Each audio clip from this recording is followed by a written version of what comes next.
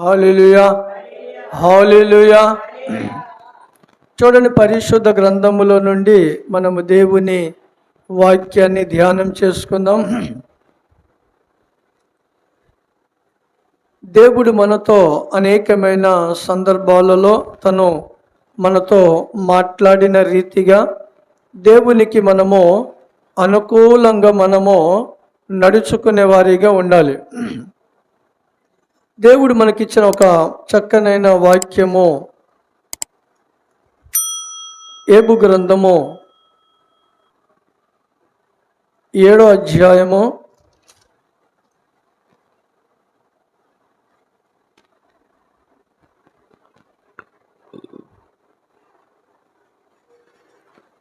8వ వచనము.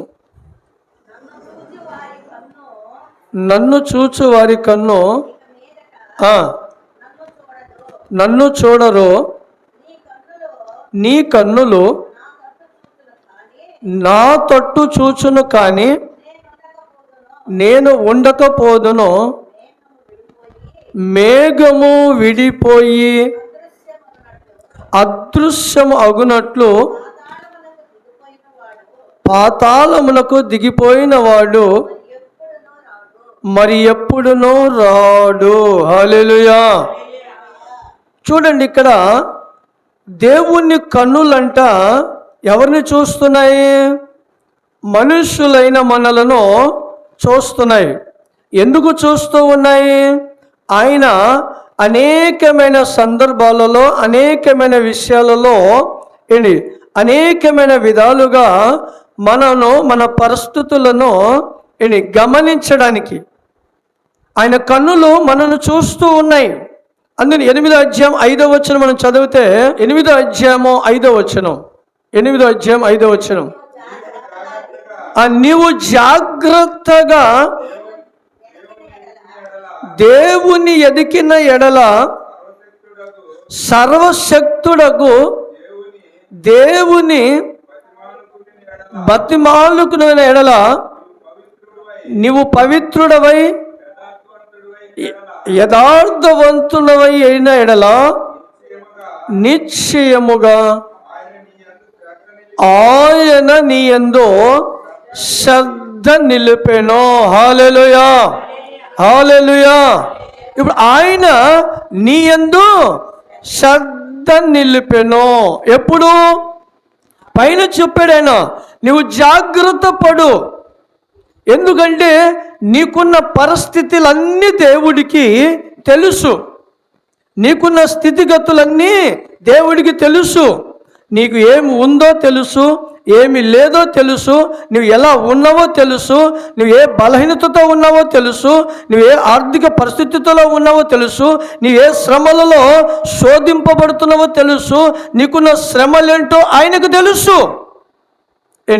ఇవన్నీ ఆయనకు తెలుసు. ఎందుకంటే ఆయన కన్ను దృష్టి మన మీద ఉంది. హల్లెలూయా. ఆయన కన్ను దృష్టి మన మీద ఉంది. మన మీద ఉంది కాబట్టి నువ్వు చేయగలిగిన పనిని గురించి అంటున్నాడా, నువ్వు జాగ్రత్త పడు. నువ్వు జాగ్రత్త పడాలా. ఎందుకని జాగ్రత్త పడాలా? దేవుని శ్రద్ధ నీ మీద నిలిపేటట్టుగా జాగ్రత్త పడాలి. హల్లెలూయా.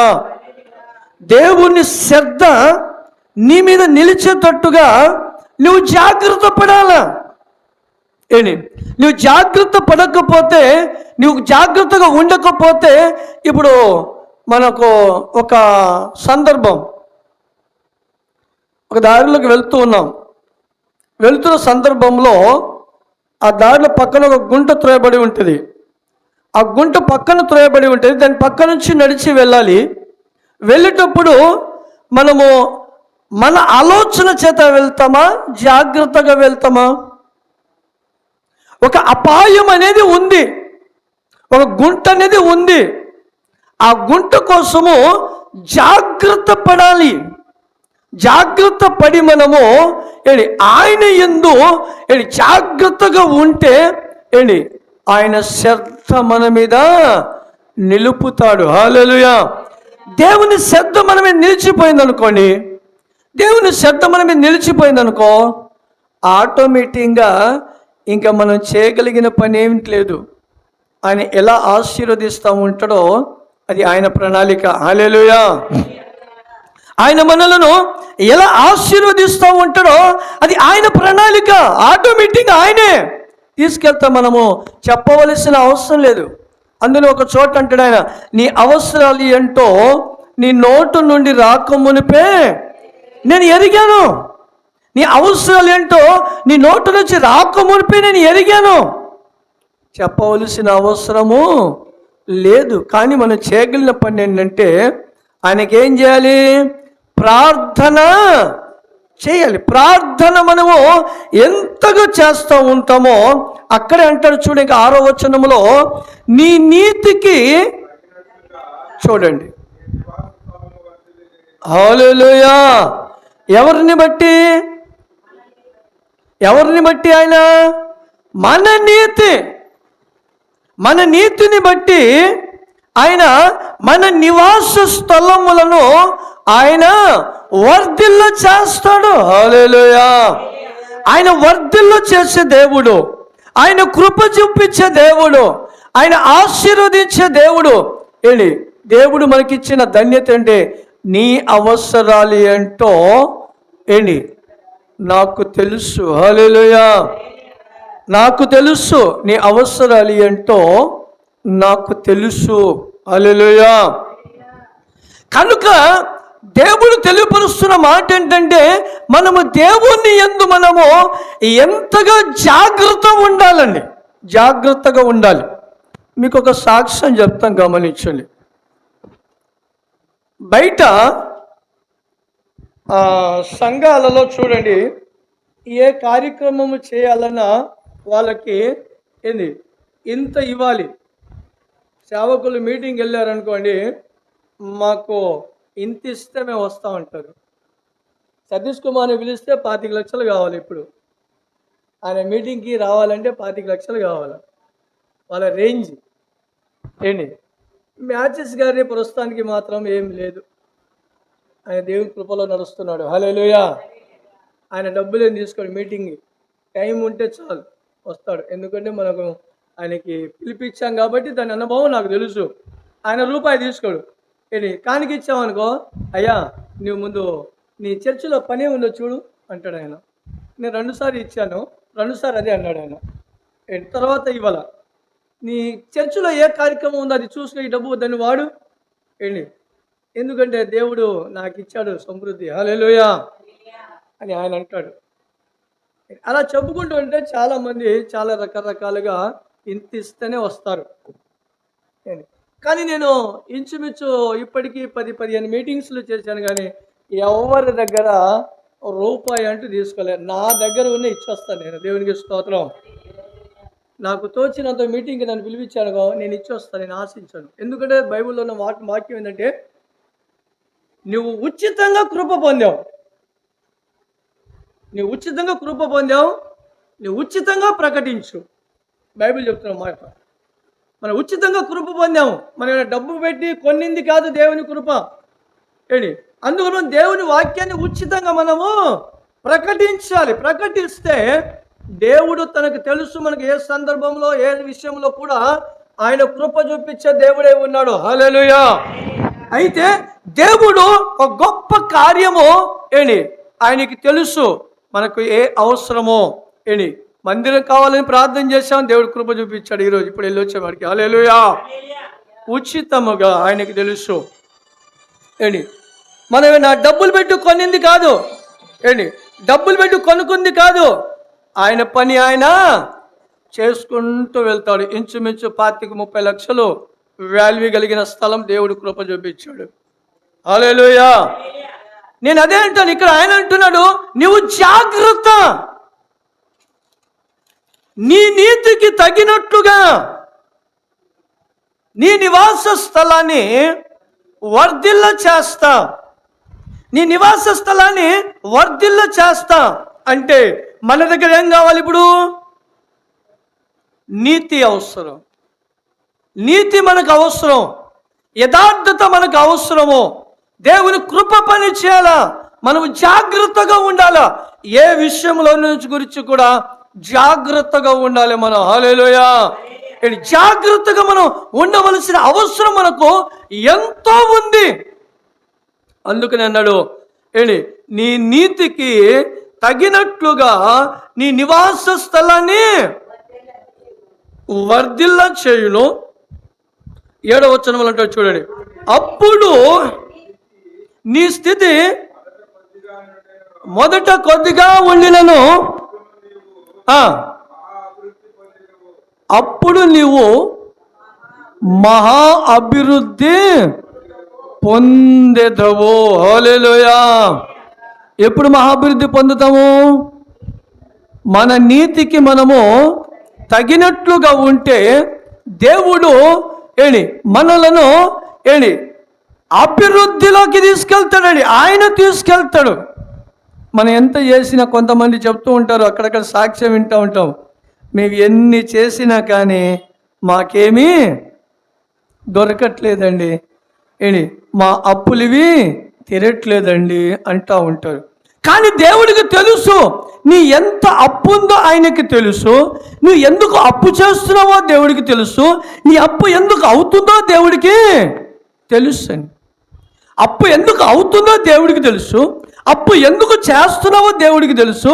దాన్ని ఎప్పుడు తీర్చాలో దేవుడికి తెలుసు. హల్లెలూయా, హల్లెలూయా. ఒక దైవజనుడు ఉన్నాడు. ఆయన వారి దైవ సేవకురాలు పాస్టర్ అమ్మంట ప్రతిరోజు పాస్టర్ గారిని చూసి బాధపడుతూ ఉంటుందంట. సేవకులు అప్పుడప్పుడు ప్రార్థన చేయండి అండి మా పాస్టర్ గారి గురించి అని చెబుతూ ఉంటుంది. ఆమెకు అనుకూలమైన వాళ్ళు, ఆత్మీయులు ఎవరైతే ఉంటారో ఆ సేవకులను బట్టి ఆమె చెబుతూ ఉంటుంది, మా పాస్టర్ గారి గురించి ప్రార్థన చేయండి. పాస్టర్ గారి గురించి ప్రార్థన చేయడం ఏంటమ్మా అంటే, ఆయన ఊరికిన అప్పులు చేస్తూ ఉంటాడండి. హల్లెలూయా. ఊరికిన అప్పులు చేస్తూ ఉంటాడండి. చీటికి వాటికి అప్పులు చేస్తాడంట. 7 లక్షలకి తీసుకెళ్ళాడంట ఇప్పటికీ అప్పు. హల్లెలూయా. ఎటు చూసినా ఆయనకి అంతు పొట్టని పరిస్థితి ఉంది ఆయనకి. అప్పుడు నాకు ఒకసారి తెలియపరిస్తే మేము చెప్పాను, అమ్మ ఏం కాదు, దేవుడు కృప చూపిస్తూ ఉంటాడు. ఆయన చేసే పని గొప్పగా అనిపించుకోవాలని చేస్తూ ఉంటాడు. ఎవరైనా దైవ సేవకులు ఇంటికి వచ్చారనుకోండి, ఇక ఆయన పలానా రోజు దైవ సేవకులు వస్తున్నారంటే ఆయన ఒక 10,000 15,000 అప్పు తీసుకొచ్చాడంట, మరి కానికిచ్చి పంపిస్తాడంట. ఎందుకు నాయన అంటే పిస్టేజీ కోసము చేసేవాడు అప్పులు చేస్తూ ఉంటారు కొంతమంది.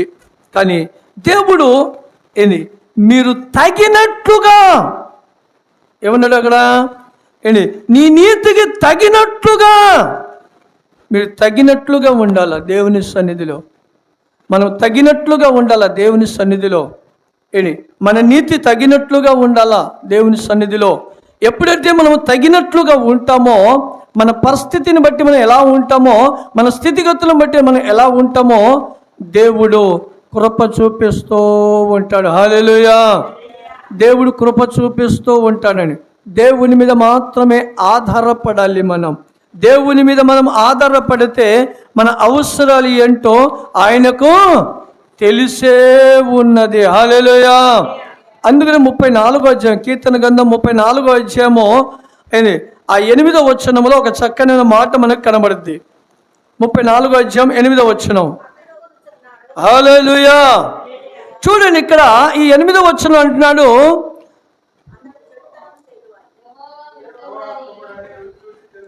యెహోవా ఉత్తమముడని రుచి చూసి తెలుసుకొనండి. హల్లెలూయా. ఏమని తెలుసుకోమంటాడు ఆయన?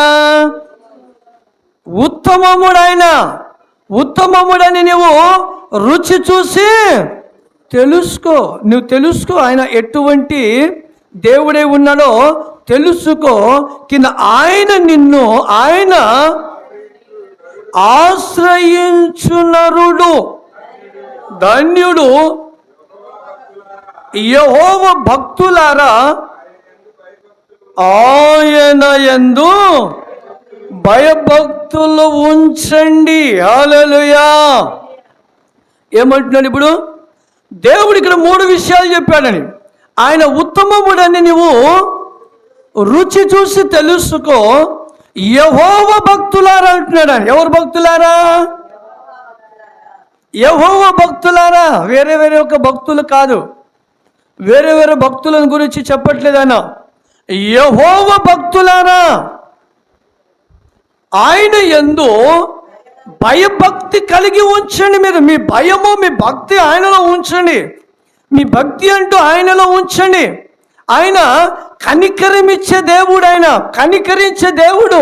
నీ యందు ఆయన శ్రద్ధ నిలపాలి, శ్రద్ధ నిలపాలి. శ్రద్ధ నిలపలేదనుకో, ఇప్పుడు దేవుడు ఆయన 3.5 సంవత్సరాలు సువార్త ప్రకటిస్తూ ఉన్నాడు. సువార్త ప్రకటిస్తున్న సందర్భంలో సువార్త ప్రకటించడానికి ఆయన ఇప్పుడైతే కార్లు 25 లక్షలంట, 50 లక్షలంట, ఒక్కొక్క కారు ₹1,00,00,000 కారు వాల్యూ. అంత డబ్బు ఖర్చు పెట్టి కారులను కొంటున్నారు, కానీ మందిలో కట్టలేకపోతున్నారు. సేవకులకు ఎక్కడైనా కొద్దిగా పేదవాళ్ళు ఉన్నారు, వారికి మందిరం కట్టించడానికి ఒక ₹10,000 డొనేషన్ చేయడానికి మాత్రం ఫోన్ చేస్తాంలేండి అంటారు. కానీ వారికి కారు మాత్రం ₹1,00,00,000 కారు కావాలి. అటువంటి వారు అనేకులు ఉంటారు ఈ రోజులలో. అయితే ఆ రోజులలో దేవుడు నడుస్తూ సువార్త ప్రకటిస్తూ ఉన్నాడు. నడుస్తూ సువార్త ప్రకటిస్తూ వెళ్తూ ఉన్నప్పుడు దారి పక్కన ఒక వ్యక్తి కూర్చొని, దావీదు కుమారుడా నన్ను కరుణించుము. హల్లెలూయా. దావీదు కుమారుడా నన్ను కరుణించుము అని ఎప్పుడైతే కేక పెట్టాడో, ఆడు పెట్టాడులే కానీ నాకు గొప్ప పని ఉంది కానీ నేను పరిగెత్తను వెళ్ళాడా. ఆయన స్వరం ఎప్పుడైతే వినబడిందో ఎమ్మటే శ్రద్ధ నిలిపి ఆగిపోయాడు అక్కడ. హల్లెలూయా. అక్కడ ఆగిపోయాడు. ఆగిపోయినప్పుడు కూడా తన శిష్యులు అంటున్నారు, ఎక్కువ కేక పెట్టకపోగా బాబు, మాకు అర్జెంట్ పనులు ఉన్నాయి, మాకు అర్జెంట్ పనులు ఉన్నాయి, మేము వెళ్ళాలి, ఎందుకు నీ అంత కేక పెడుతున్నామని తన శిష్యులు వచ్చి ఆ గుడ్డి వారిని అణిచివేసేస్తుంటే ప్రభు ఆలోచించాడంటే, నేను వెళ్ళేది ఎక్కడైనా సువార్తే కదా. హల్లెలూయా. నేను ఎక్కడికి వెళ్ళినా జనాలకు బాగు చేయడమే కదా. అక్కడ ఒక వ్యక్తిని బాగు చేసి కన్నా ఇక్కడ నా పక్కన ఉన్న వ్యక్తి ఉన్నాడు కదా, ఇతని బాగు చేయకుండా అతని దగ్గరికి వెళితే ప్రయోజనం ఏముంది ఆయన ఆలోచించాడు. అక్కడికి వెళ్ళి నేను పెద్ద సేవకుడుగా అనిపించుకునే కంటే నేను బాగు చేయడానికి దేవుడు నాకు కృప ఇచ్చాడు కదా, దేవుడు నాకు శక్తినిచ్చాడు కదా, దేవుని ఆత్మ నాలో ఉంది కదా. అందుకనే ఈ గుడ్డివాడిని బాగు చేయడము ఇదొక సువార్త. హల్లెలూయా. ఇక్కడ బాగు చేయకుండా అక్కడికి వెళ్ళామనుకోండి, అక్కడికి వెళ్ళిన తర్వాత వాళ్ళకి బాగు చేసామనుకో, అక్కడ ఉన్న వాళ్ళు అంటారు, అక్కడ ఉన్న బాగు చేయకుండా ఇక్కడికి వచ్చారా అంటారు. అనరా. నాకు ఒక సహోదరి ఫోన్ చేసి చెప్పింది ఒక పరిస్థితిని గురించి. వాళ్ళు నాకు ఫోన్ చేసి అన్నారు, పాస్టర్ గారు మీ సంఘంలో ప్రార్థన లేదా అన్నారు. చేసేవారికి సమృద్ధి 24 గంటలు 360 రోజులు ఎనీ టైం చర్చికి తలుపు తీసి ఉంటాను, ఓపిక నాన్న అని చెప్పాను నేను. హల్లెలూయా. వాళ్ళు వచ్చి ఎప్పుడు ఎన్ని టైం అయినా ప్రార్థన చేయవచ్చు. సంఘంలో కార్యక్రమాలు కూడా చాలా ఉన్నాయి, చేసుకుంటానికి ఎన్నో ఉన్నాయి. మరేంటి దేవునికి స్తోత్రం అలా చెప్పేసేసాను. ప్రభు మాత్రము ఆయన చేసిన పని ఏంటంటే అక్కడికి వెళ్ళి సువార్త ప్రకటించే లోపు ఇక్కడ నా పక్కన ఉన్న వారిని ఏం చేయాలి? బాగు చేయాలి. హల్లెలూయా. దగ్గర ఉన్న కడ నా ఘనత నేను ఉపయోగించాలి. దగ్గరున్న ప్లేస్లలో నా ఘనత నేను ఉపయోగించాలి. అక్కడ ఆగిపోయాడు. ఆయన వెళ్తూ వెళ్తూ అక్కడ స్వరము వినబడంగానే అక్కడ ఆగిపోయాడు. ఆగిపోయాడా వెళ్ళిపోయాడా? అక్కడ ఆగిపోయి ఆ గుడ్డి వారిని నీవేమి కోరుచున్నావయ్యా అని అంటే, అయ్యా నేను నిన్ను చూడాలి. హల్లెలూయా, నేను నిన్ను చూడాలి నేను నిన్ను చూడాలి అని చెప్పగానే నీ విశ్వాసమే నిన్ను స్వస్థపరచును అంటాడు. హల్లెలూయా. ఏమంటాడు? నీ విశ్వాసమే నిన్ను స్వస్థపరచును. హల్లెలూయా. ఇక్కడ నీ నీతికి తగినట్లుగా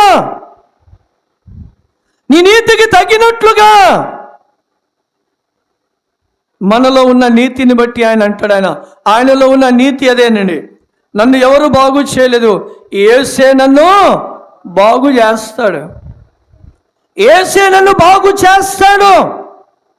మనలో బాగు చేసే దేవుడు, కృప చూపించే దేవుడు. అయితే దేవుడు మన ప్రార్థనను ఆలకించట్లేదని అనుకోకూడదండి. అదొక భ్రమ. అదొక భ్రమ. కానీ దేవుడు మన ప్రతి ప్రార్థనను ఆయన ఆలకిస్తూ ఉన్నాడు. హల్లెలూయా, హల్లెలూయా. మనము చేసే ప్రతి ప్రార్థన దేవుడు మన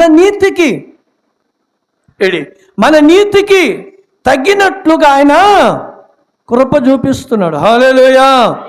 ఆయన కృప చూపించే దేవుడని. మన సంఘములో గర్భఫలము కోసము 3-4 కోసం ప్రార్థన చేశాం. వారు ఫలం పొందారా, ఆగిపోయారా? ఆర్థిక పరిస్థితి కోసము 4-5 కోసం ప్రార్థన చేశాం. వాళ్ళు గొప్పగా ఆశీర్వదింపబడ్డారు. హల్లెలూయా. గొప్పగా ఆశీర్వదింపబడ్డాం.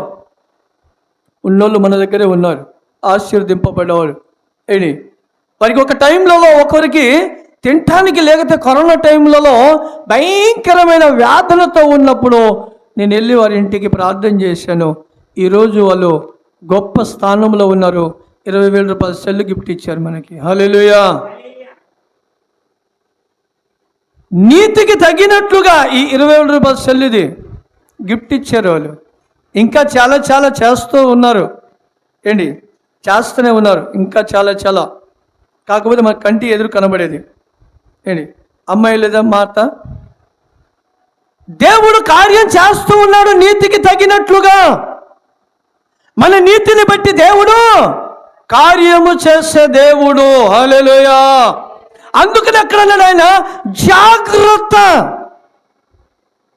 జాగ్రత్త పడవలసిన అవసరము ఎంతో ఉంది. ఎందుకు జాగ్రత్త పడాలి? జాగ్రత్త అనే మాటకి అర్థం ఏంటి? అపాయము జరగబోచున్నది. హల్లెలూయా. అపాయము జరగబోచున్నది కనుక ఆ అపాయంలోనూ నేను తప్పింపబడడానికి ఏం చేయమన్నాడు ఆయన? జాగ్రత్త అన్నాడు. మీరు అందుకని ఇక్కడ ఈ 34వ అధ్యాయంలో అన్న మాట ఏంటంటే, యెహోవా భక్తులారా ఆయన యందు భయభక్తులు ఉంచండి, ఆయన యందు భయభక్తులు ఉంచు వారికి ఏ మేలుయు కొదువ ఉండదో. హల్లెలూయా, హల్లెలూయా. చూశారు? ఆయన యందు నీ భయమును నీ భక్తి నువ్వు నిలిపితే నీకు ఏ మేలు కొదువ ఉండదు. ఏ మేలు కొదువ ఉండదు. కొదువ ఉంటుందంటే కారణము మనము పరిస్థితి మనమే అర్థం చేసుకోవాలి. ఎందుకు మనకు కొదువ వస్తుంది ఇది? ఎందుకు మనకు కొదువుగా ఉంటుంది ఇది? ఒకప్పుడు మనము కొదువ లేని వారిగా ఉన్నాం. ఒకప్పుడు మనము ఏ కొదువ లేకుండా ఉన్నాము. ఈరోజు కొదువ ఉంటుంది. కారణం ఏంటి? కొదువ ఎక్కడ, ఎందుకు వస్తుంది కొదువ అని మనం గమనించినప్పుడు దేవుడు నీ యందు శ్రద్ధ నిలపలేకపోతున్నాడు. ఒకటే హల్లెలూయా. దేవుడు శ్రద్ధ నిలపలేకపోతున్నాడు. దేవుడు శ్రద్ధ నిలిపితే వారికి ఇంకా ఏ మేలు కొదువై ఉండదండి. ఏ మేలు కొదువై ఉండదు. ఏ మేలు కొదువు ఉండదు. చిన్న సాక్ష్యం, కానీ దేవుని కార్యం అది. చిన్న సాక్ష్యమే కార్యము దేవుడిది. హల్లెలూయా. గొప్ప కార్యం. మొన్నటి రోజున నేను చాలా కొద్దిగా ఆ ఆర్థిక పరిస్థితుల్లో ఉన్నా. నాకు ముందు కనీసానికి ఇంట్లో ఒక 500 రూపాయలు లేకపోతే నాకు చిరాకు పుట్టుద్ది. ముందు ఒక 500 రూపాయలు లేకపోతే నాకు ముందు చిరాకుగా ఉంటాను. నేను చిరాకు కనిపిస్తూ ఉంటాను నాకు. ఆ రోజు ఏమీ లేదు. సరే, దేవుని కృప అది. దేవుడు నన్ను ఈరోజు ఇలా ఉంచాలనుకున్నాడేమో, ఆయన ప్రణాళిక అదని ప్రార్థన చేసుకుంటూ కూర్చున్నాను. సాయంత్రం కల్లా దేవుడు ఆ సాయంత్రం టైంలోనే నేను అలా అనుకుంటున్నాను, అయిగా ఇంకా మనకు ఎవరు కూడా ఇచ్చేవాళ్ళు లేరు, ఎవరి దగ్గర అడగకూడదులే, ఇక ఆయన చిత్తములే అనుకున్నాను. ఆయన చిత్తములే అనుకున్నాను. ఎమ్మటే దేవుడు నా చిరాకుని తీసేసాడు. హల్లెలూయా. ఆ చిరాకు పుట్టేదానికి దేవుడు తీసేసాడు. కారణం ఏంటంటే ఆయనకి తెలుసు మనకి ఏ టైంలో ఏది కావాలో ఆయనకి తెలుసు. హల్లెలూయా. ఆ టైంలో దేవుడు నాకు చిన్న పరీక్ష పెట్టాడు, ఎలా ఉంటాడో ఈయన అని. నాకు కొద్దిగా చిరాకునే పుట్టింది. ఏంది ప్రభువా ఇది అని, ఎప్పుడు లేదు కదా నా పరిస్థితి ఇదని. దేవుడు కాస్త ఆలోచించాడు. ఎమ్మటే ఓహో నీ జబ్బు ఇదా అని చూశాడు. నీ జబ్బు ఇదేమో, నేను నీకు ఒక ఇంజక్షన్ ఇస్తాను, ఇచ్చేసాడు అని. హల్లెలూయా. ఒక్కొక్కరికి ఒక్కొక్క జబ్బు. ఒక జబ్బు అయితే ఏ జబ్బు అయినా మంచి మెడిసిన్ ఇచ్చే ఆయన హల్లెలూయా. మంచి మెడిసిన్ ఆయన ఇస్తాడు. ఆయన ఏ మెడిసిన్ కావాలో అన్నీ ఆయన తయారు చేసి ఉంచాడు. ఆయన ఏ టైంలో పంపించాలో ఆ టైంలో ఆయన పంపిస్తాడు. కానీ ఒకటే, యెహోవా భక్తులారా అంటున్నాడు. ఆయన ఎవరితో అంటున్నాడు? బయట ఉన్న ప్రజలతో కాదు, డైరెక్ట్ మనతో మాట్లాడుతున్నాడు. ఆయన మీరు ఆయన యందు భయభక్తి కలిగి ఉంచండి. ఆయన యందు భయభక్తి కలిగి ఉండండి, మీకు ఏ మేలు కొదువై ఉండదు. హల్లెలూయా. ఏ మేలు కొదువై ఉండదు. మనకు కొదువ చేసే దేవుడు కాడు. అయితే ఆయన కొదువ చేయకుండా, నీకు కొదువ రాకుండా, నువ్వు కొదువలో ఉండకుండా ఆయన కన్ను దృష్టి నీ మీద ఉంచాడు. హల్లెలూయా. ఆయన కన్ను దృష్టి నీ మీద ఉంచాడు. ఎందుకో తెలుసా? నీ స్థితిగతులను బట్టి, నీవున్న పరిస్థితిని బట్టి, నీకు ఎప్పుడు ఏమి అందించాలో, ఎప్పుడు ఏమి ఇవ్వాలో, ఏ టైంలో ఏమి ఇవ్వాలో ఇవ్వడానికి, ఆయన నీకు ఇవ్వడానికి ఆయన కన్ను దృష్టి నీ మీద ఉంచాడు. హల్లెలూయా. ఆయన నీ మీద ఉంచాడు కనుక మరొక మాట అంటాడు.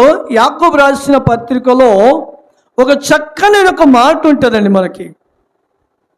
యాకోబు రాసిన పత్రికలో ఒక చక్కనైన మాట, 1వ అధ్యాయము 16వ వచనాన్ని మనం చదువుకుందాం. ఇక్కడ గమనించండి, ఏమంటున్నాడు ఆయన? నా ప్రియ సహోదరులారా. హల్లెలూయా. ఎవరంటున్నాడు ఇప్పుడు?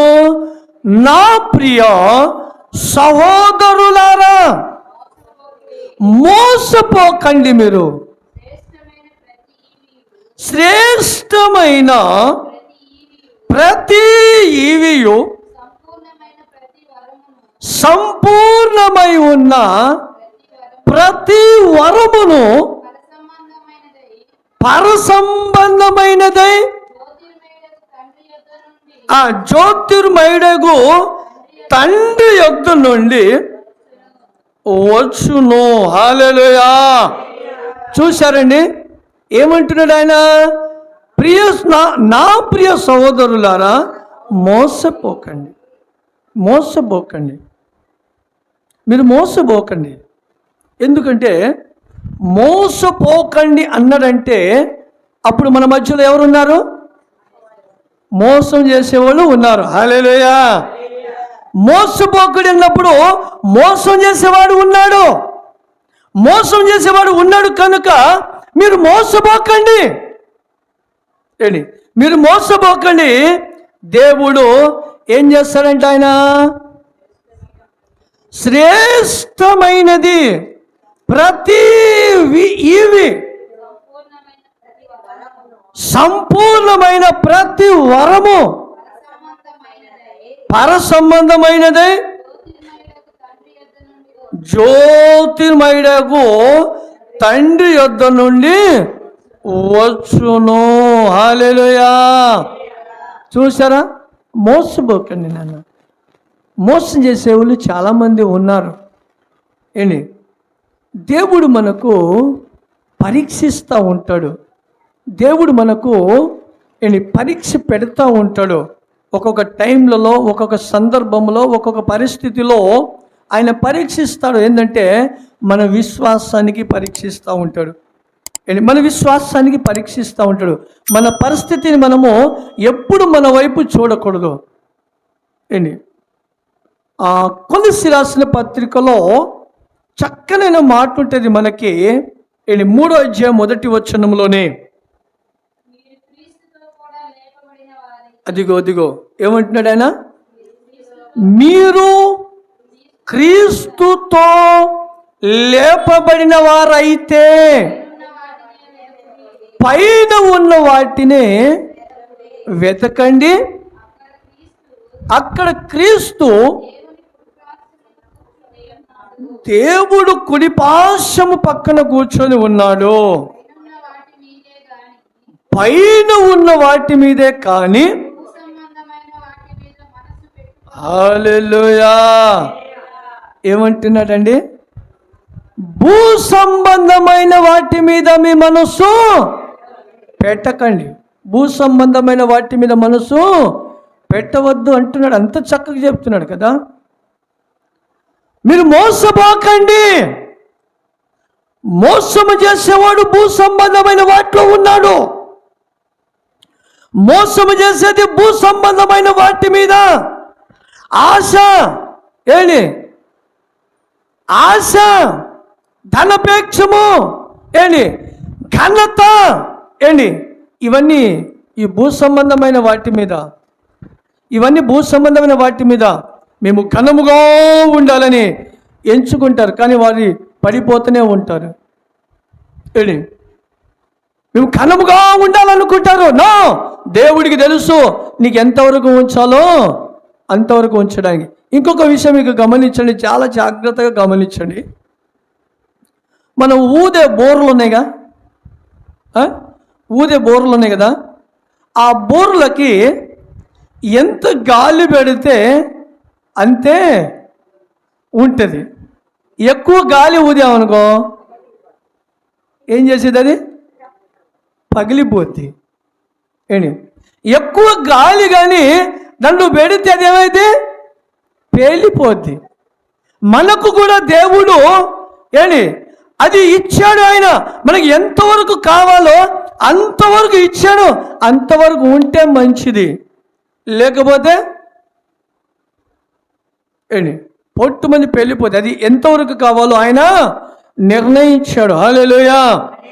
ఇంకొక మీకు క్లారిటీగా మనము భోజనం చేసేది కూడా ఇంత తింటే కొద్దిగా కంట్రోల్గా ఉంటుంది. ఇంత తిన్నాం అనుకో ఏమొచ్చేది? ఆయాసం వచ్చేస్తుంది. ఎక్కడ పడితే అక్కడ కూర్చుంటాడు. కాస్త నడరా బాబు అంటే అంటూ ఉంటాడు. ఎందుకని? ఎక్కువ తినేసేసాడు. దేవుడు మనకి లిమిట్ పెట్టాడు. ఆయన ముందుగానే పెట్టాడు. తల్లి గర్భంలో మనం రూపింపబడక మునిపే ఆయన మనకు ఎంతవరకు ఉండాలో అంత కెపాసిటీ మనకి ఇచ్చాడు. ఆ కెపాసిటీలో మనము అక్కడే మనము జాగ్రత్త ఉండాలి. హల్లెలూయా. మనం జాగ్రత్తగా ఉండాలి. అక్కడక్కడ చూడండి, ఇప్పుడు మొన్న ఒక డాక్టర్ని చంపిన మంత్రి, ఆమెకి ఏమైనా దరిద్రం పుట్టింది, ఆమెకి ఏం డబ్బులు లేవా? మంత్రి పదవిలో ఉందామా ఏంటి? మంత్రి పదవిలో ఉన్నాక డబ్బులు సరిపోలేదా? ఇంకా డబ్బులు సంపాదించాలని ఏం చేసిందామా ఏంటి? ఆ గంజాయి వ్యాపారం చేసింది. ఇంకా ఎక్కువ కావాలని గంజాయి వ్యాపారం ఏంటి? గంజాయి వ్యాపారం చేసింది, పట్టుకున్న వాళ్ళకి మర్డర్ చేపించింది. ఇప్పుడు ఏమైపోయింది? ఇప్పుడు జల్లి చెరసాలలో ఏంటి అక్కడన్నీ తప్పిలాలు తోముతూ ఉండాలి. ఇప్పుడు అక్కడ ఏ స్టేజ్కి ఉన్న ఆమెను చూడండి. ఆమె ఇంట్లో, ఆమె దగ్గర వేల సంఖ్యలో పని చేసేవాళ్ళు ఆమె దగ్గర. ఇప్పుడు ఆమె చెరసాలలో వెళ్ళి అంట్లు తోమాల. అంట్లు తోమకపోతే పోలీసులు తాట తీస్తారు. లోపల పని చేయాలో లోపల ఖచ్చితంగా. ఏంటి, నీ మినిస్టర్ కావచ్చు, నీ ఎవడైనా కావచ్చు, అనవసరం పక్కన పెట్టు. ఏంటి, రూల్స్ పాటించాలా. అందుకనే దేవుడు మనకు ఒక పరిమితి ఇచ్చాడు. ఆ పరిమితి వరకు మనము జాగ్రత్త, హల్లెలూయా, జాగ్రత్త పడవలసిన అవసరం మనకు ఎంతో ఉంది.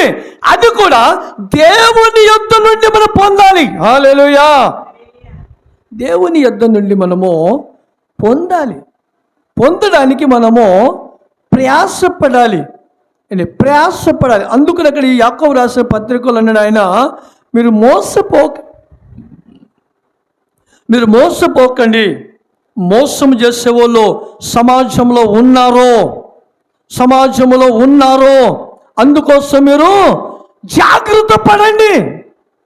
మీరు జాగ్రత్త పడితే దేవుడు నీ నీతికి తగినట్లుగా, హల్లెలూయా, నీ నీతికి తగినట్లుగా నీ నివాస స్థలాన్ని వర్ధిల్ల చేస్తాడు. హల్లెలూయా. అయితే దేవుడు ఇక్కడ అన్నాడు, జ్యోతిర్మయుడగు తండ్రి అంట ఏంటి, ఆయన ఏమి ఇచ్చాడంట మనకి? చదవండి ఇక్కడ, శ్రేష్టమైన ప్రతి ఈవియు, సంపూర్ణమైన ప్రతి వరము నీకు ఇచ్చాడు. ప్రతి వరం నీకు ఇచ్చాడు.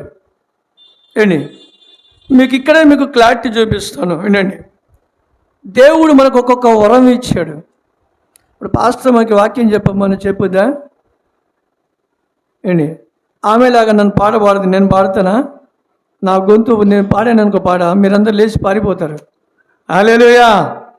ఆమె పాడితే అందరూ వస్తారు, నేను పాడితే అందరూ లేచిపోతారు. ఆమె వాక్యం చెప్పింది అనుకో, మీరు ఉండరు. వాక్యం చెప్తే మీరు ఉండరు, వెళ్ళిపోతారు అందరూ. అలాగనే దేవుడు మనకి ఒక్కొక్కరికి ఒక్కొక్క కృపావరం మనకి ఇచ్చాడు. హల్లెలూయా. ఒక్కొక్కరికి ఒక్కొక్క కృప ప్రతి ఒక్కరికి ఇచ్చాడు. మనందరికీ ఇవ్వలేదు అనటానికి వీళ్ళు లేదు. హల్లెలూయా. ఆయన ఇవ్వలేదు అంటానికి వీలు లేదు. ఆయన ఇచ్చే పంపిస్తాడు. ఖచ్చితంగా ఇచ్చే పంపిస్తాడు. ఆయన ఇవ్వకుండా పంపించడు. హల్లెలూయా. అందుకనే ఒక చోట అంటే దేవుడు అన్యాయము చేయుట అది అసంభవం. హల్లెలూయా. అది అసాధ్యమైంది. ఆయన అన్యాయం అంటూ చేయడు, న్యాయమును చేసి పంపిస్తాడు. కాబట్టి మన అందరికీ కృపావరం ఇచ్చాడు. దాంట్లో వాడబడడానికి ప్రయత్నం చేయాలి. హల్లెలూయా. వాడబడడానికి ప్రయత్నం చేయండి. ఎప్పుడైతే మీరు వాడబడడానికి ప్రయత్నం చేస్తారో దేవుడు మీకు ఒక ఉపమానం చెప్తాను, వినండి. మీ ప్రతి ఒక్కరికి దేవుడు కృపావరం ఇచ్చాడు. ఇవ్వలేదనకూడదు. అన్నాకో దేవుడు దాన్ని తీసేస్తాడు, నీ ఎదురు నుంచి తీసేస్తాడు ఆయన. కానీ ఇచ్చాడు నాకు ఆ తలంతులను. హల్లెలూయా. ప్రతి ఒక్కరికి ఇచ్చాడు తలంతులు. బైబిల్లో రాయబడి ఉంది 3 రకాలైన తలంతులు ఉన్నాయి. అందరికీ ఇచ్చాడు దేవుడు. అక్కడ అందరికీ ఇచ్చాడు, కానీ ఎవరికి ఇవ్వలేకుండా లేదండి. 5 తలంతులు పుచ్చుకున్నవాడు ఏం చేశాడు? 10 చేశాడు. 2 తీసుకున్నవాడు 4 చేశాడు. రెట్టింపు చేశాడు, తగ్గించుకున్నాడా? వీళ్ళు దేవుని దృష్టికి ఎలా కనబడ్డారు? వీళ్ళిద్దరూ దేవుని దృష్టికి ఎలా కనబడ్డారు? నమ్మకమైన మంచి దాసుడు. హల్లెలూయా. నమ్మకమైన వాళ్ళంట వాళ్ళు. మంచి దాసుడా. ఎందుకన్నాడు దేవుడు వారికి అట్లా? నమ్మకమైన దాసులుగా ఎందుకన్నారు? దేవుడు వారికి ఇచ్చిన తలంతులను అభివృద్ధి చేశాడు. తలంతులు ఇచ్చిన వాటిని అభివృద్ధి చేశాడు. మరొకడు లాస్టోడు, ఆయనకు కూడా ఇచ్చాడు కదా. ఆయనకు కూడా తలంతు ఇచ్చాడు, ఇవ్వలేదు అనకూడదు. ఆయన ఏం చేశాడు?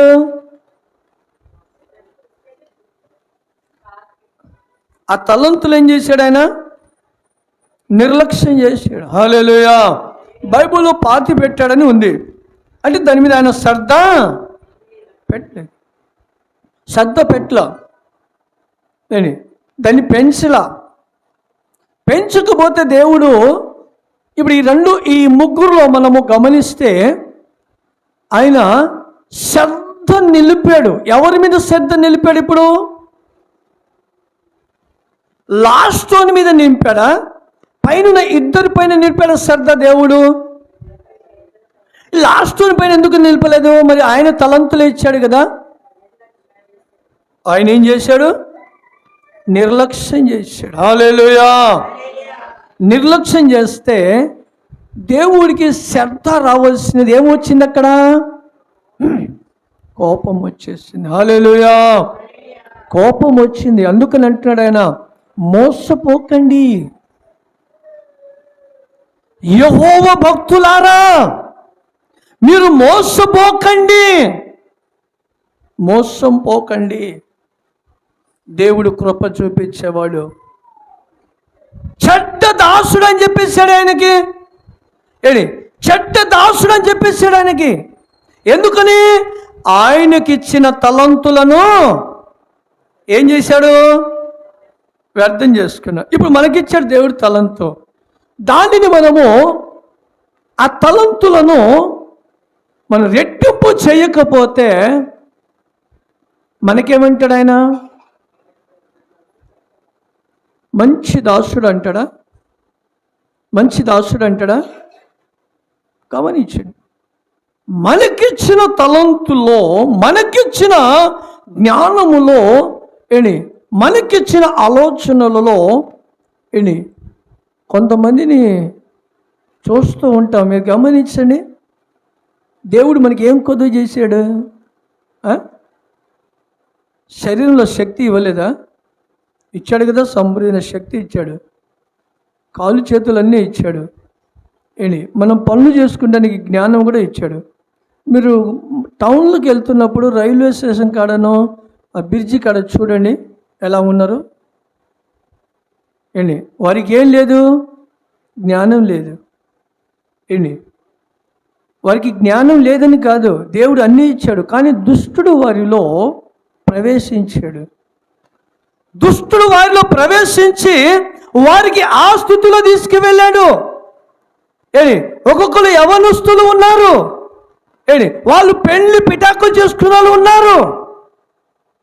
కానీ వాళ్ళకి ఇంట్లో ఉండనీయకుండా దుష్టుడు బయటికి తరిమేసేసాడు. కానీ దేవుని మహాకృపని బట్టి మనం ఈరోజు ఈ స్థితిలో ఉన్నాం. హల్లెలూయా.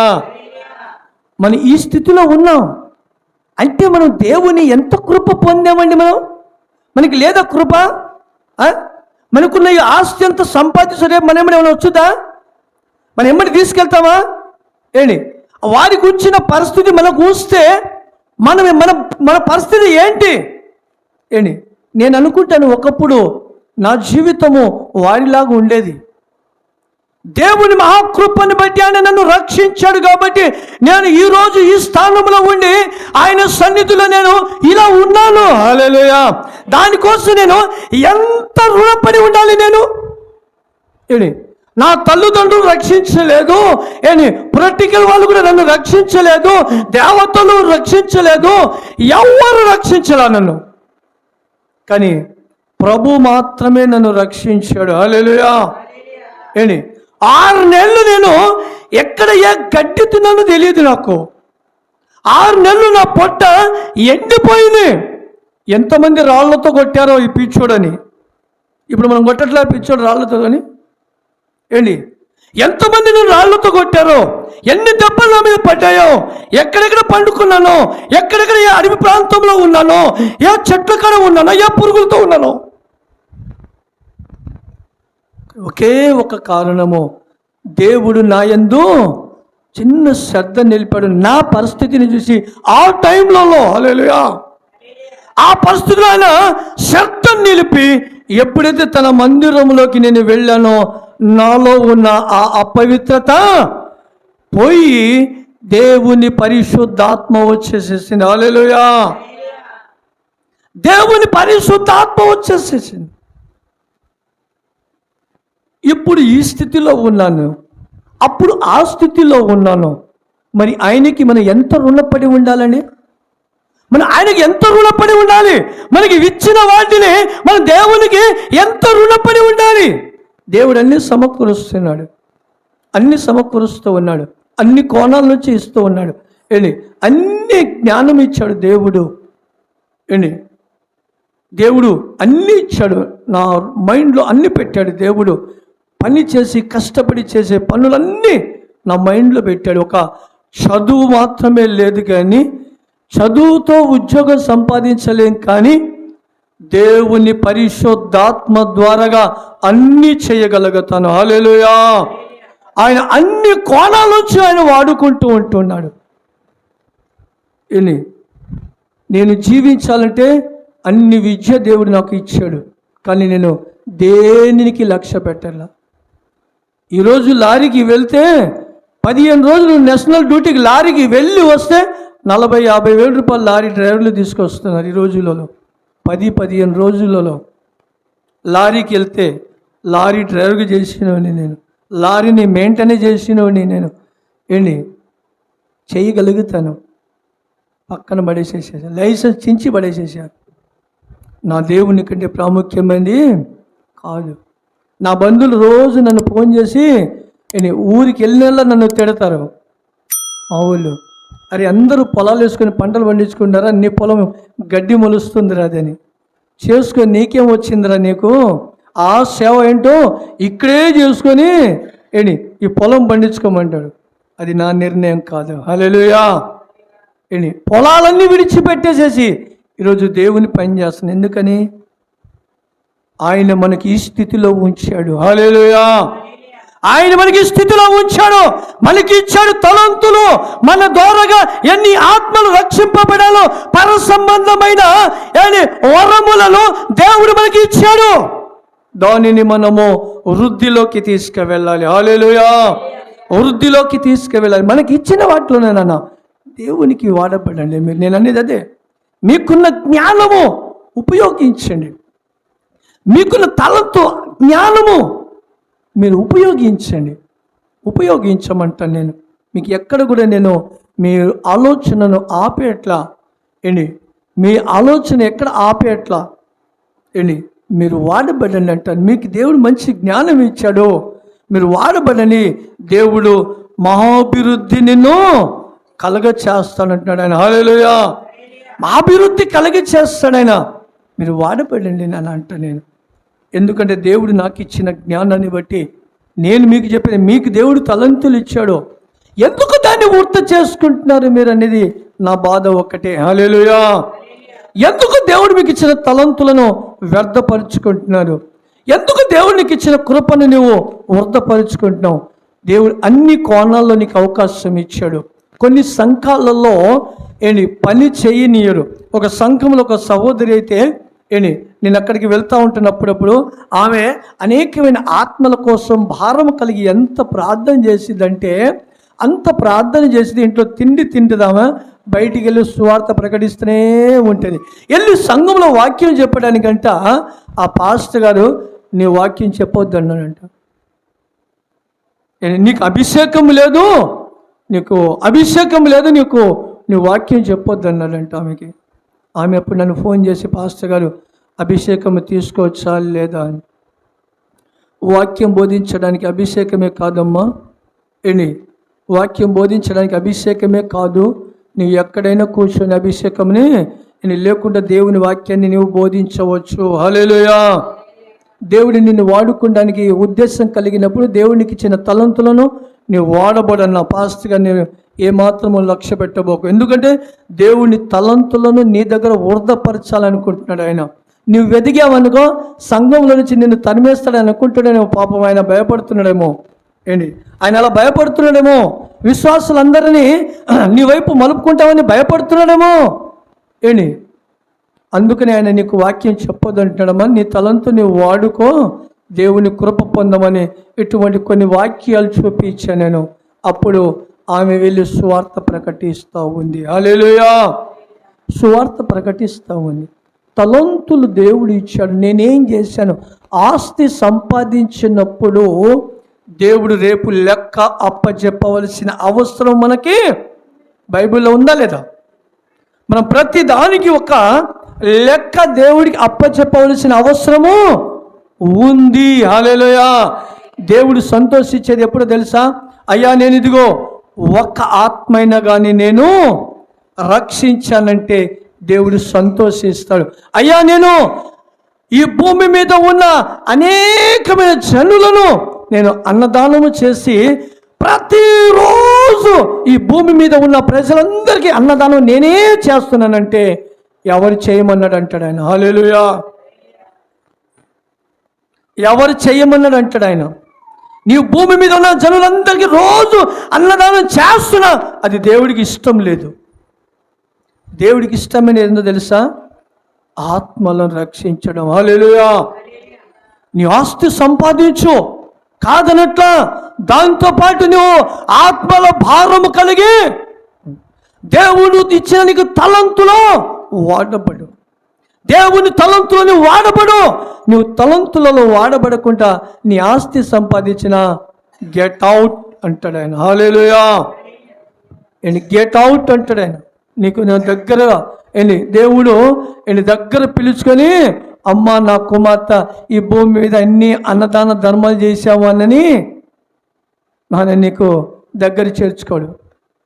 ఆయన చేర్చుకోవాల్సింది ఎవరు తెలుసు? ఎప్పుడు తెలుసా?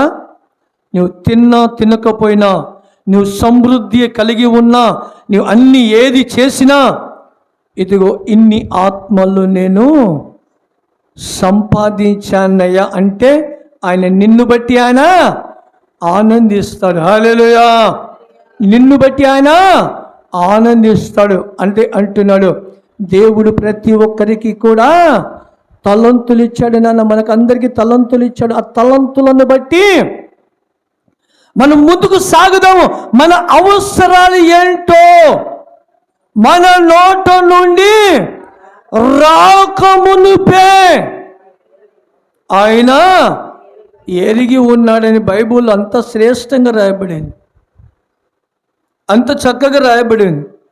దానిని ఇంకాను మనము నిర్లక్ష్యం అనేది చేయకూడదు, నిర్లక్ష్యం చేయకూడదు.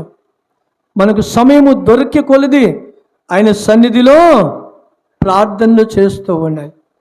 సమయము దొరికే కొలది ఆయనలో మనము ఆసక్తి కలిగి ఉండాలి. ఒకవేళ మనం ఉండలేదనుకో, యేసు ప్రభు దగ్గర 12 మందిలో ఒక వ్యక్తి ఆసక్తి కలిగి లేడు, కానీ ఆయనతోనే ఉన్నాడు. ఆసక్తి కలిగి లేడు. ఆయనలో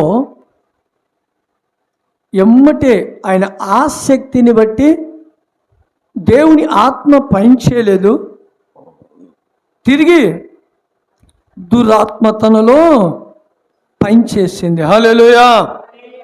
తిరిగి ఆయన ఎవరు చుట్టూ ఉన్నాడు?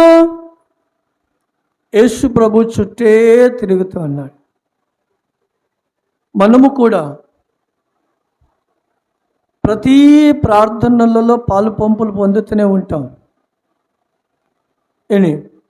ప్రతి ప్రార్థనలో పాలు పంపులు పొందుతూనే ఉంటాం. యేసు ప్రభు దగ్గర ఉన్న 12 మందిలో ఒక ఇద్దరు ముగ్గురిని చెప్పిన మాట ఏంటంటే, ఆయన 3 రోజులు సువార్త ప్రకటించిన వారికి వీరికి ఏం చేయమన్నాడు? ఆహారం పెట్టమన్నాడు. అప్పుడు ఏమన్నారు వీళ్ళు? ఆయనకి తెలీదా ఆహారం ఉందో లేదో? దేవుడికి తెలియదని ఉందో లేదో? ఆయనకి ఆ పని చేయమన్నాడు. నేను మీకు తలంతు ఇచ్చాను, ఆ పని మీరు చేయండి అన్నాడు. కానీ వాళ్ళు ఏం చేశారు? మా వల్ల పక్కన పెట్టేసేసారు. వాళ్ళ పక్కన దోసేసాడు. తర్వాత ఆ పిల్లోని పిలిపించాడు. అయ్యా నా దగ్గర ఉందంటే వాడిని పిలిపించి గొప్పగా అతని ద్వారాగా వారి కళ్ళెదుటే భోజనం పెట్టి తర్వాత 12 గంపలు మిగిలిచ్చాడు. ఎవరి కోసం? ఈ 12 మంది శిష్యుల కోసం కాదు, పిల్లోడి కోసం. హల్లెలూయా. మొదట ఇచ్చినవాడు ఆయన. ఆ ఇచ్చినోనికి 12 గంపలు మిగిలాయి. ఏమండి చూసారా? తలంతు ఎవరికి వచ్చింది? ఆ పిల్లోడు వాడబడ్డాడు. ఆ తలంతులు ఆ పిల్లోడు వాడబడ్డాడు. ఆయన ముందుకు వచ్చాడు. దేవుడు మనకిచ్చిన తలంతులలో ముందుకు రావాలి.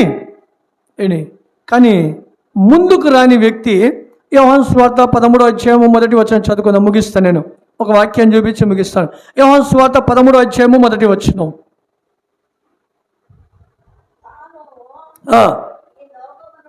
ఈ లోకము నుండి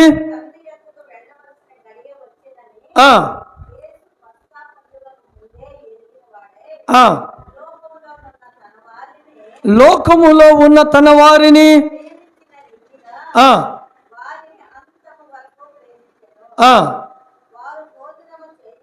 వారు భోజనము చేయుచుండగా